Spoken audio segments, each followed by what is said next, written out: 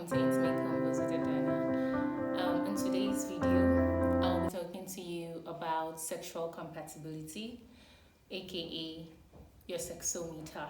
That's a word that I just formed because like kilometer, sexometer. So, what's your sexual gauge personally, and then what's the sexual gauge of the person that you are going to be in a relationship with or even in a marriage with. So yes, it's very important to understand sexual compatibility between you and your intending partner, or even the partner you already have. Maybe you're already married to, maybe you didn't check for sexual compatibility before you got married, and maybe it's beginning to cause issues in your relationship. So today we're going to talk about sexual compatibility, or in my words, sexometer, and we're going to talk about what to look out for if you're not married to somebody yet, and what to do if you're already in that situation, and how you can make it better. Okay, so first things first, when people get into relationships, there's a lot of things that you should be discussing, from how you would communicate, to your finances, to your sex life, to the kids, the amount of kids you're going to have, and all of those conversations. Those are like major conversations in a relationship, in a marriage. And a lot of people do not have these conversations, and I don't know why. Like, you're supposed to be talking about your life, your future together, and what are the main things that makes up your future, your finances, how you would go through that relationship, which communication is going to be a huge part of.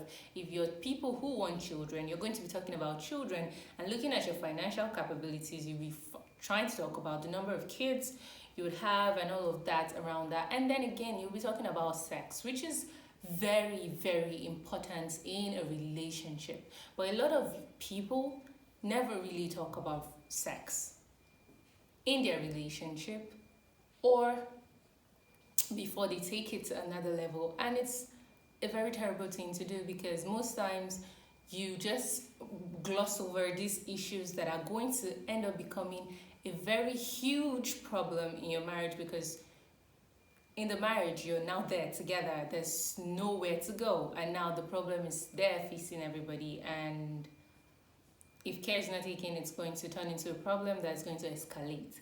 So today I'm going to be talking about how we can figure out sexual compatibility between you and the partner you have, or the partner you're intending to maybe go into marriage with. So first things first, there are there are terms, different terms we use to describe how people are sexually. So there's a term called asexual. Now, someone who is asexual is someone who is not interested in sex, or conversations around sex, or sex as an act, or even attracted to the opposite sex, or whatever sex. Basically, anything about sex, the person is not interested, the person doesn't get turned on, the person cannot look at another person and feel sexual attraction. Like, they cannot like you. Whatever reason they like you there's nothing sexual about it. They don't feel any sexual attraction at all. Now, that is an asexual person. There are people like that. It can be male, it can be female. Now, imagine you, who is now someone who has a healthy sexual appetite, who loves to have sex, who enjoys having sex, who thinks that sex is one of the greatest gifts that life has given us, going into a relationship with an asexual person. Now, a lot of people go into relationships with asexual people, and they may not know, because most people come under the guise of, oh, imagine a man in this part of our society coming to you and saying, oh, I love you, I want to be with you, you're a very beautiful person, I like this and that about you, and I want us to go into a serious relationship. But I would want that relationship to not be a sexual one. I want us to, keep ourselves for each other, because I'm looking to marry you and things like that. A lot of women would hear that, because of the way we were raised, and the way a lot of women have, felt like men come to have sex with them and run away, and a lot of times they place their self-esteem in their vaginas.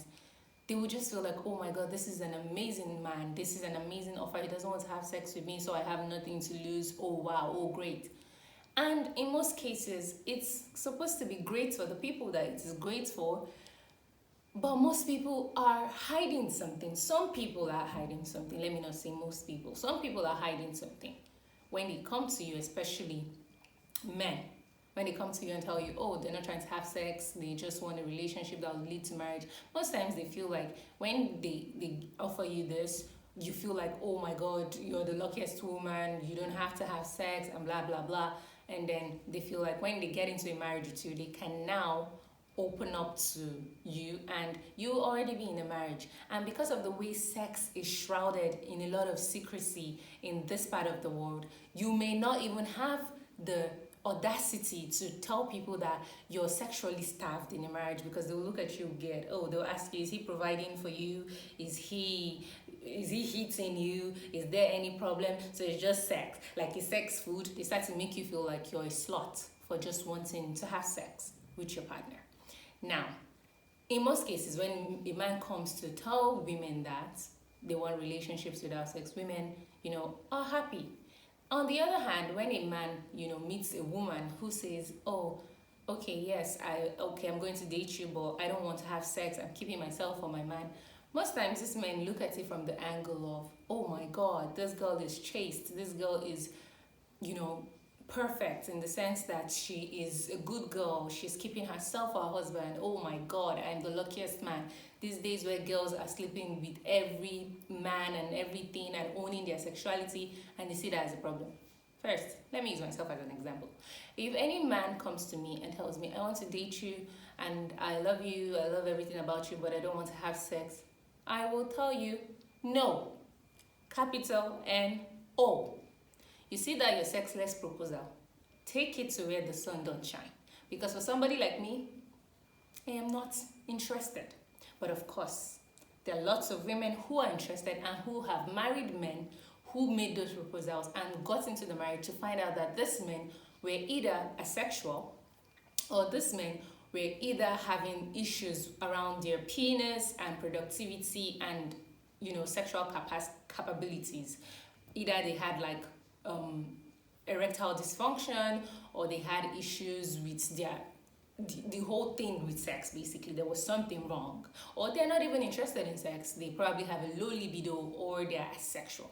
And then for the men who maybe probably chose the girl who says, oh, I don't want sex, I want to keep myself for my husband, and okay, they're like, okay, this is the best one out of all of the girls that I'm with. The others, I can sleep with them whenever I want, and blah blah blah. And so this other one who I'm not sleeping with is the one that is going to be marriage material. Now you go ahead and marry this your wife, and maybe you're someone who kept series of girlfriends, and you now decided that in your marriage you're going to enjoy yourself with your wife, this wife that you've not slept with, only for you to get into the marriage with the wife, and maybe after the wedding you people have the first sex, second sex. There's nothing amazing about the sex with the person. They're just there, you have sex with them, there are no fireworks, they're not blowing your mind, because of course, how would they blow your mind? You married somebody who's chaste, so where do they have to have all those skills from? But of course, you're happy with it, because since they told you they were not having sex, they're not supposed to know so much, because if they know so much, it's going to raise a red flag. I don't even know what your men want. It's going to raise a red flag in your head, because what? This person is not supposed to be knowledgeable or skilled with sex. Now, before you know it, after the first few months of having sex, maybe you're the type who doesn't mind having sex every day, and then your wife starts to, not show any interest in the sex and feels like you're stressing her life. She never asks you for sex, she never initiates nothing, she never makes you feel like you're even sexy or she's turned on by you, because she is not turned on by you if she's an asexual person. Now you realize that you're falling into the trap of marrying a wife that maybe is a good wife. She cooks, she cleans, she every other thing you people used to call wife materials, because people like me were not. But whatever else you used to call wife materials and all of that, she's respectful, she's this and she's that, and she's humble and everything. But then something that is important to you, maybe because you're very sexually, someone who has a healthy sexual appetite, that you are with somebody who makes you feel like you're forcing them to have sex, and the experience is whack every time. Now you're starting to feel like, oh my God, this is a problem. You're complaining, you're not happy, because there's something that sex does in marriages, but people don't understand this. Sex creates a bond between you and your partner. Like, if you're having amazing sex, there are chemicals that are released in your brain that makes you feel good. Now imagine how you would look at the person who you had this exercise with that's making you feel good. It's going to build something between both of you. It's going to make you feel better, build your bond, make it stronger. But you see, because you are with an asexual person, or you're with someone who has a low libido, or someone who your sexometer and theirs are on different levels, you're now realizing that this is a problem. Now, I think if it happens to a man, it's even easier. Yes, I'm sorry, men, you guys have a bad rap, because of course people have lived up to this, to this name that you're given. But I know that there's some men who want to be faithful, who don't want to sleep with other women, who think of their bodies as like a temple that they want to give to somebody they love, and the one person they want to be with. So you can imagine someone like that who also has a healthy sex appetite now having a spouse who doesn't want to hear anything about sex because they're not interested. That's when you hear them saying things like sex is not food. Sex is food. Okay? You start hearing their wives or their partners say, oh, sex is not food, sex is not food. Now, like I was saying, in the case of men, if he becomes too frustrated, he will be forgiven by the society if he cheats, especially if the story becomes that the wife wasn't giving him sex. He will be forgiven. In fact, he would be, petted. He will be like, they'll tell him, oh, sorry, it's not your fault. What could you have done? Your wife doesn't want to give you sex, so it's all right that you went to sleep with somebody else outside. The society will make excuses for him. In fact, the society will rub his head and even threaten to bring somebody else into your marital home who will service him.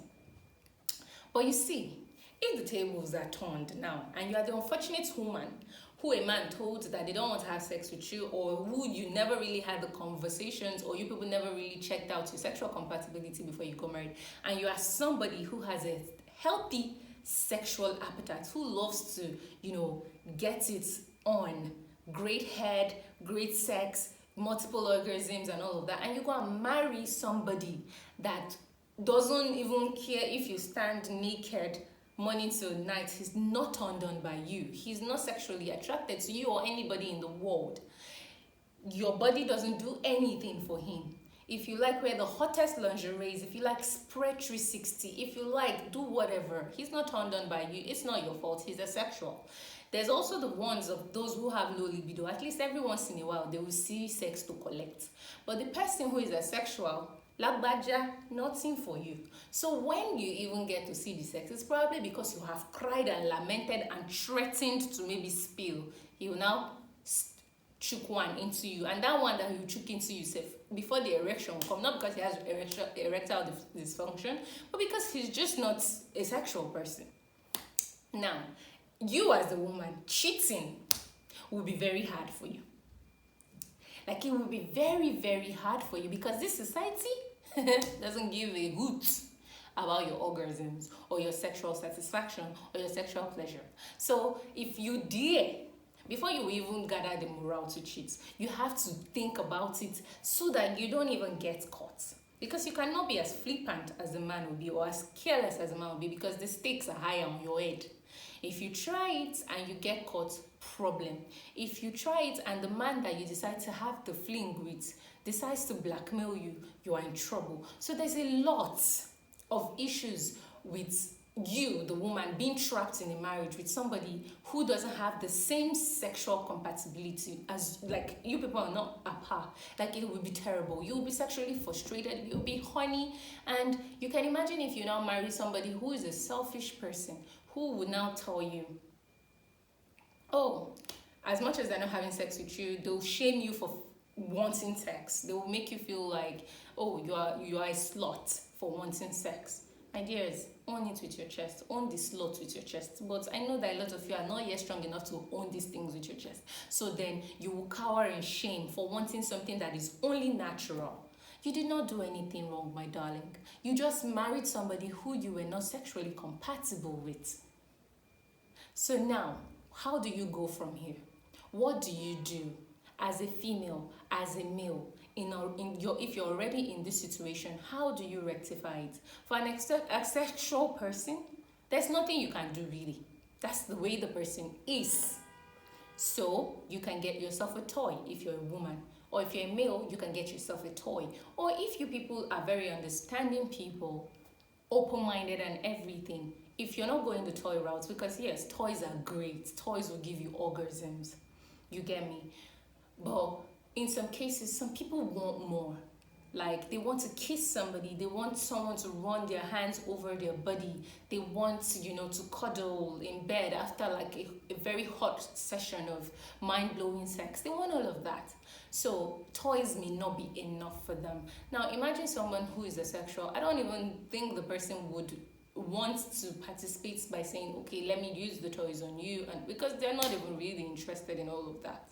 So if toys, you feel like you're one of those who you know that toys are great, but toys will not do everything that you want or that you need for you. If, like I was saying, if you have an open-minded partner, both of you can, outsource your sex. Yeah, if you can outsource house chores, you can outsource sex when you don't have the interest. When you are married to someone who does not have the interest and the other person has the interest, unless of course both of you are asexual people, then this would not be a topic for discussion because both of you don't even care that you're not having sex. Maybe the one time you need to have sex is because you need to put a baby in the other person and then have children. And it's fine if you people lay in bed together for the next 3 years and nothing like sex has happened because you don't feel the urge, neither do you feel any sexual attraction to the person. But imagine if you're with somebody who is a firecracker sexually and then you are cold water.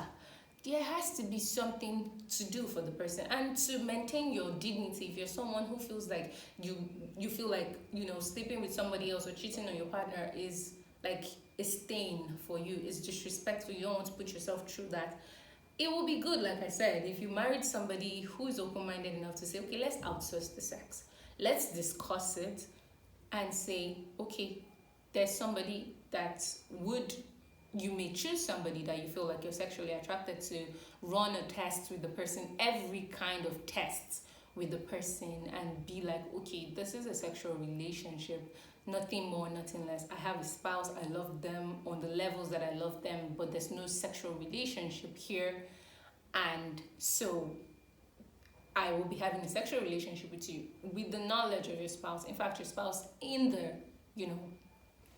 mix of that arrangement, the spouse is aware that you want, this relationship to satisfy the sexual urge that you have, and vice versa. And also, if a man is married to a woman who is asexual, instead of you running around cheating and having careless sex, probably have the conversation with your spouse. If the spouse is also open-minded, the wife, if she's also open-minded and she's aware that she's in this place where she cannot sexually satisfy someone, and she did not have these conversations with you before you got married to her, and she sees how much of someone who loves sex that the husband is, then you can reach that agreement, find somebody, do all the necessary tests, have an agreement that this is the relationship, this is what you want from it, and blah blah blah. And that way you outsource your sexual relationship, or the sexual part of your relationship, and everybody's happy. Like I said, toys are another way to go. You can get toys and get your sexual pleasure and be good. But if you want more than just toys by yourself doing your self-pleasure thing, and you want an actual human being who would touch your body, who would do this to you, suck your nipples, suck your breasts, touch you, kiss you, and all of that, maybe toys would not do it for you. Maybe that's where the outsourcing of your sex life comes into play. But if you have not married anybody yet, and you're still in the dating stage, you are not even committed in a relationship, My dear sister, my dear brother, have these conversations. Like, have it with your mouth wide open. Do not mince words. You see this thing that people say sex is not food. Check all those people saying that sex is not food. They are one of those people with, is either they are asexual or they have low libidos. People who have healthy sexual appetites would not say sex is not food, because there are people who know that sex is very important and they know of the pleasures that sex will bring you. So they cannot be having those conversations. So when you see on any comment section, you see somebody saying sex is not food, and you are a very like sexually, active person, you're someone who loves sex and you enjoy sex and you think that sex is very pleasurable, that's a very huge red flag for you. Stay away from people like that, because sexually you are not compatible. Now, these are conversations that you should have. Talk about sex. Talk about what they like sexually. Ask them, do you like to give head? Do you like to be spoken dirty to? Do you like to talk dirty? How do you like your sex? Are you someone who likes sex often? Do you like to be spanked? Do you like BDSM? Have those conversations. Like, whatever you need to talk about it. But more than talking about it, try it out. Have sex. Because a lot of human beings are really, really hiding so much under this guise of, no sex before marriage and no sex.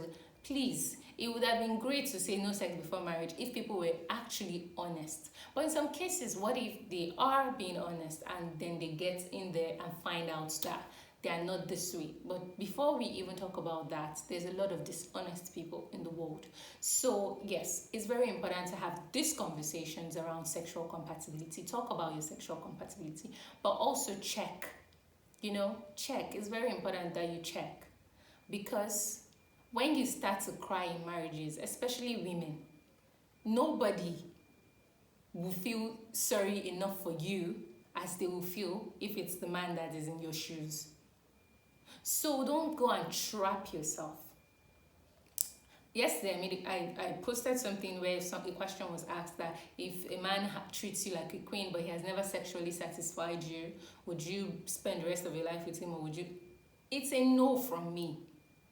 It's a very big no from me, because me, I'm big on sex. Sex is very important to me. I know what I want sexually. I am someone who is very sexually expressive. Like, I know what I want. I will tell you what I want, and I am a take charge kind of person when it comes to sex. And one of the worst things I can subject myself to for the rest of my life is terrible sex. And I'm somebody that I am not just, big on sex. I can see somebody and look at them and feel sexual attraction. So imagine if I'm with you and I love you for other things you do for me, but there's no sexual anything that is so great between us. There's a very huge chance that I will step out on you. And I really don't want to be put in that situation or put myself in that situation by making the choice to be with you regardless of the fact that you don't satisfy me sexually. But this is me. But so if you know that sex is not a thing for you, you can go ahead and, not mind sexual compatibility, but it will still be a problem, because if imagine marrying somebody who loves sex a lot and you don't give a hoot about sex. Every time they touch you, you would be feeling angry. You'll be feeling like they want too much sex. Yes, there's something as somebody wanting too much sex, because there are people that are nymphos and, all of that who have an issue. People who are sex addicts. They're sex addicts and there is that problem. But we're not talking about sex addicts here. We're talking about people who have a healthy appetite for sex, who want to have sex, who find sex to be something pleasurable and a release for them. Now, you don't want to be yoked with that kind of person, because you're going to frustrate yourself and also frustrate the person, and in the end frustrate your union. So it's very important to talk about your sexometer. Talk about your sexometer. Know your sexometer. Know what your limits are. Know what the level of your interest in sex is. Know if you are someone who's cold about sex or if you're someone who's hot about sex. And don't go and yoke yourself to somebody who will make you feel like there's something wrong with you. Okay? Thank you for listening. Thank you for listening to this session.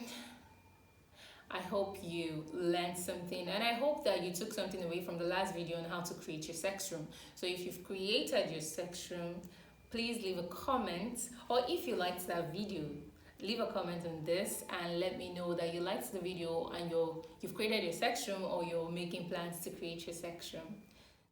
Make sure you enjoy yourself, guys, because this weather is making people horny. This is the right weather to get your freak on. So I hope you guys are utilizing this weather, especially because on a Saturday it's raining. So you should be indoors, under the sheets, cuddling, bringing your toys into the equation and enjoying yourself with your partner. Okay? Remember, guys, to have safe sex, use a condom. You do not want to get infected or get unwanted pregnancies. The repercussions of having unsafe sex are not worth it. Like I would always tell you, there are condoms that are as thin as if you're just using skin. So if you need recommendations, let me know and I'll recommend some. Okay, guys, enjoy the rest of your weekend. Bye.